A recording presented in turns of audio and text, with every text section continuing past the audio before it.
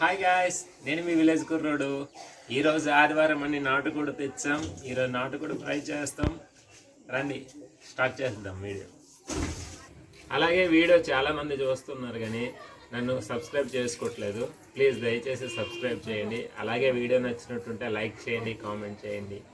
Thank you. రండి వీడియోలోకి వెళ్ళిపోతాం. ముందు కోడిని బాగా కాల్చుకోవాలి, ఎందుకంటే చిన్న చిన్న వెంట్రుకలు ఉంటాయి, అవన్నీ కాలిపోతాయి. అవి కాలిన తర్వాత పసుపు అప్లై చేసుకోవాలి. అప్పుడు దానికి ఉండే బ్యాక్టీరియా అన్నీ పోతాయి అన్నమాట. కావాల్సిన సైజులో మంచిగా కట్ చేసుకొని కారం, ఉప్పు, అల్లం పేస్టు, పసుపు, గరం మసాలా, ధనియాల పౌడరు, పచ్చిమిర్చి, ఉల్లిపాయ అన్నీ మిక్స్ చేసుకోవాలి.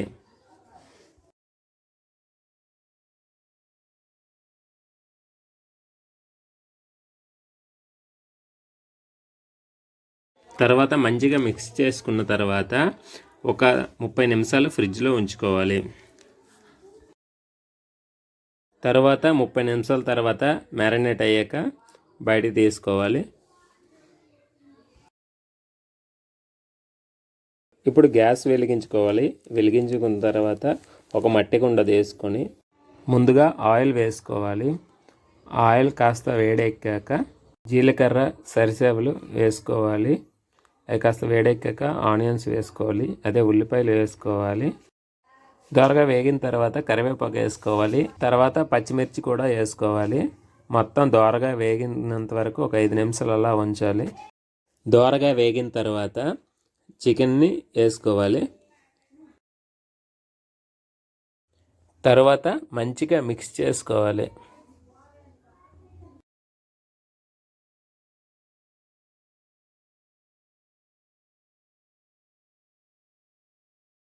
తర్వాత చికెన్ మొత్తం దగ్గరగా అయ్యాక మూత పెట్టుకోవాలి.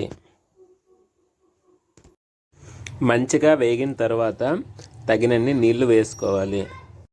వాటర్ ఎక్కువ వేసుకుంటేనే మాంసం మంచిగా ఉడుకుద్ది.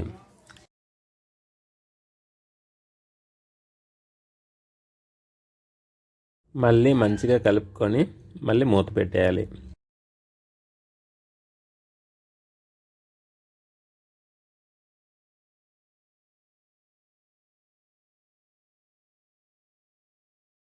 ఒక 10 నిమిషాల తర్వాత మూత తీసి చూస్తే కొత్తమని ఉడుకుతుంది చికెను. మళ్ళీ మూత పెట్టేయాలి. ఆల్మోస్ట్ దగ్గరకు అయిపోతుంది. ఆ వాటర్ మొత్తం ఇంకిపోవాలి.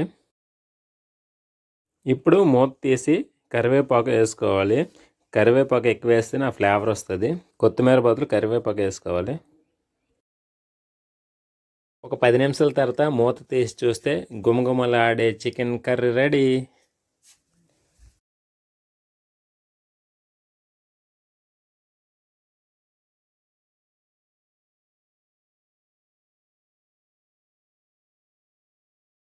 ఎలాగ ఉంది పిల్లలు?